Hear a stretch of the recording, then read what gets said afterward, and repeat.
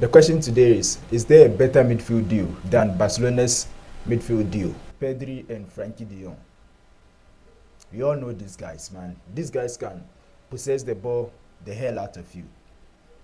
You've been watching these guys time and time again, and it's like they are currently the best in the world. There is the likes of Enzo and Caicedo, which are not at their level. Real Madrid has not yet found their midfield duo, because today is Tchouaméni and Valverde, tomorrow is Tchouaméni and Arda Güler, the next day is some other person. Real Madrid have not yet, Xabi Alonso have not yet gotten the perfect midfield duo, that base midfield. There is the likes of Pavlovic and Kimmich, and Pavlovic is one of the exciting young players, young prospect to watch. If you've been watching the Bundesliga, he's been out for a couple of times because due to injuries, and I've been watching him before. When I've been watching him before he broke into the scene. He's more of a box-to-box number 8.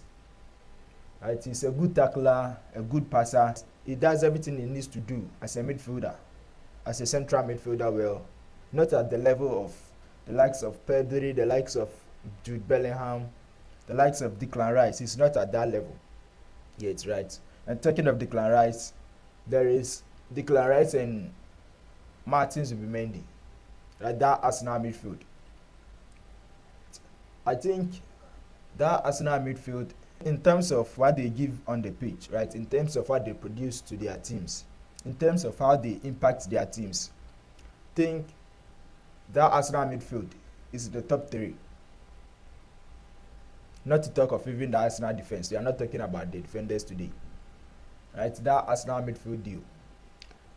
Martin Zubimendi and Declan Rice. We all know Declan Rice. We all have been watching Declan Rice. He's a good passer of the ball. He has a good vision as well. And Martin Zubimendi, if you've been watching Spain, you know who Zubimendi is. He's more of a Rodri type of player, but not on the level of Rodri. We know Rodri at his best is the best. No one can even compete with him. At Rodri at his best, he's that guy. He's that guy we all have been watching for a while. Isn't it surprising for a defensive midfielder to win a Ballon d'Or? Yes, I know you have your bats that, oh, Vinicius deserves this, blah, blah, blah, blah, blah, blah. The history says that Rodri was the Ballon d'Or winner in that season. Yeah, we all know Vinicius Jr. played ball. But to be honest with you, we knew Jude Bellingham had a better season in that season than Vinicius Jr.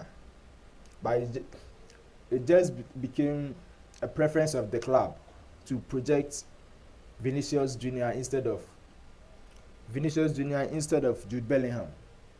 And later on, they came to project their right back, Dani Carvajal, which they spread the votes across, which didn't help them in that campaign. It has led to Madrid boycotting the Ballon d'Or ceremony, which I've been even hearing rumors about them boycotting it again by not attending this year's Ballon d'Or ceremony. Right, we are not talking about that today. Let's come to Manchester City's midfield. Manchester City are now building their midfield deal, right? Which is between that Dutch player who just came from AC Milan to join Manchester City, Tijani Reinders, and the Spaniard, the Ballon d'Or winner, Rodrigo Cascante.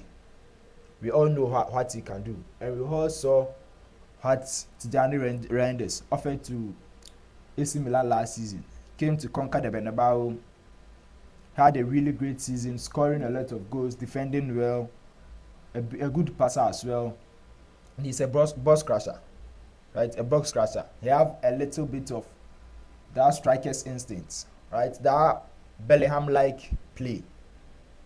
And let's come to the midfield of Liverpool.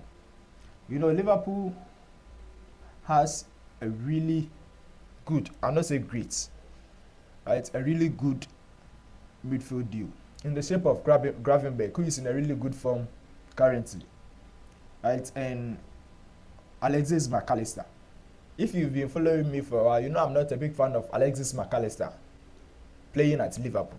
If you have been noticing this, Alexis McAllister has been always the scapegoat for Arne Slot if Liverpool are losing and he needs to make a substitution, right? Because he's not offering what they are expecting him to offer.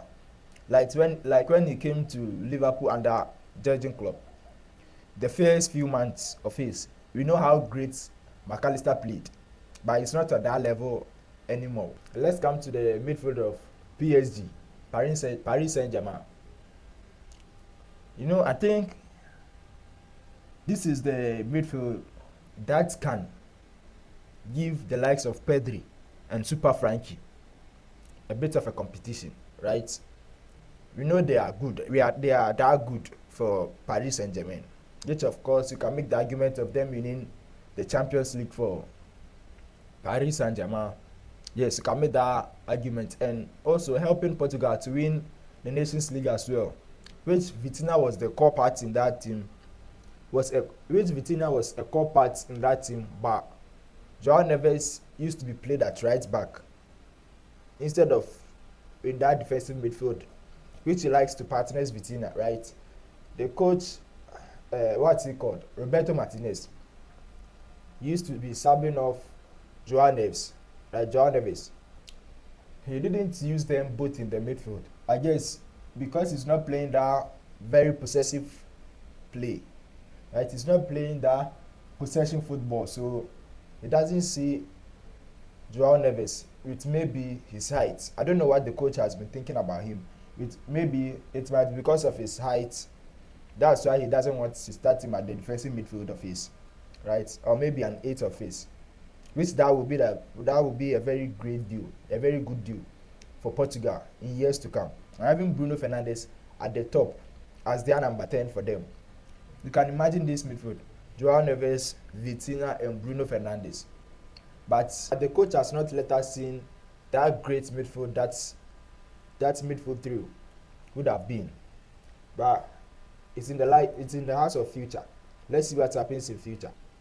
If I am to rank them from 1 to 5, the best midfield trio in Europe right now, in the world of football right now, and if I'm to rank from 1 to 5, meaning my top 5 ranking of the current midfield duo, the best midfield duo in Europe currently, in the world currently, my number 5 will be the world champions duo, Enzo Fernandez and Moises Caicedo. I think they are in this top 5 solely because of Moises Caicedo. Enzo has been great recently, has been good recently, but it's not on that level, right? It's not on that level we saw him in that World Cup 2022, which that World Cup 2022, the Argentina players was giving their all. They didn't care about what happened. They didn't care about the injury they would pick, because they were sacrificing for their footballing god. Arguably, their footballing god, Lionel Andres Messi. And let's jump off to number 4. And number 4 will be the Liverpool midfield, Gravenberch, the Dutch midfielder. Some have been calling him the Dutch Sergio Busquets with strength and pace, because this guy is amazing to watch. If you have been watching Liverpool's games, right, this guy has been very, very good for Liverpool in the past 2 years. Even though he was a bit shaky when he joined Liverpool, but currently, I think he's their best midfielder, right? I think he's their best midfielder in their midfield of this. That midfield pair of Alexis McAllister and Ryan Gravenberch. And let's jump up to number 3, which is the midfield of Arsenal, the second FC, right? The club which Patrice Evra said Arsenal are like Netflix. They will always be waiting for the next season, right? They will always wait for next season. They are midfield deal of Declan Rice and Martin Zubimendi. I think the Arsenal fan base cannot hype them enough to that level of Vitinha, Pedri. I'm not saying Vitinha and Pedri have been Vitinha and Pedri's duo have been hyped up, right? But I think they are good. They are relatively good, but not to the level of Pedri, Frankie De Jong, Joao Neves, and Vitinha. Right? They are a good to great midfielders, right? Midfield duo. And let's come to the second place, the European champions, the UCL winners, Joao Neves and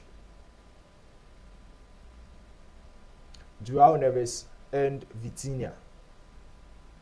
Is there something to say about them, or do I need to place them for you to know how good they are? No, I guess you already know, because we all watched the Champions League last season. Also, how great Liverpool midfield. We also how great Paris Saint-Germain midfield was, and thank God they will be facing Barcelona. And we hope by that time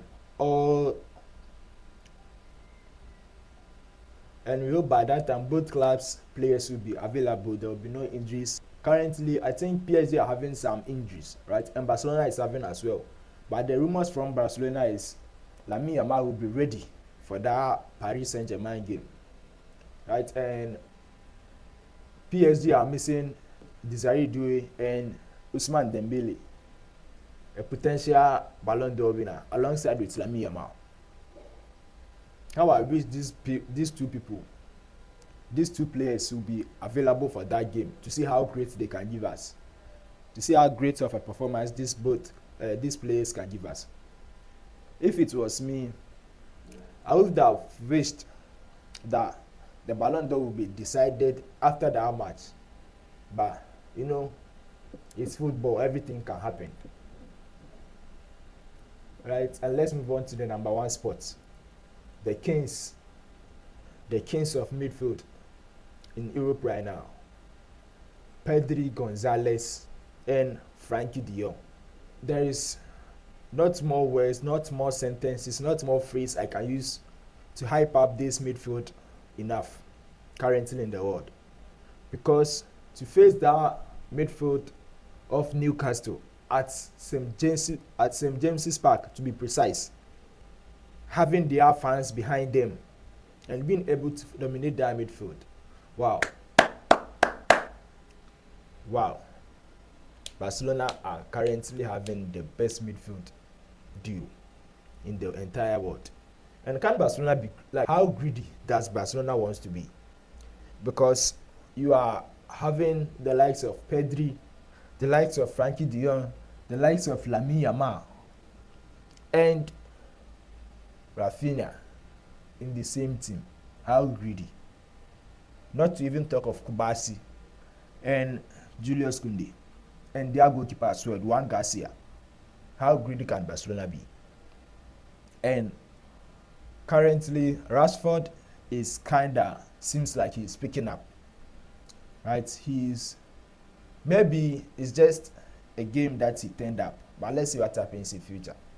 I didn't add down Madrid midfield because they have not yet found their midfield duo, because there have been rotations in almost every single game they've played, right?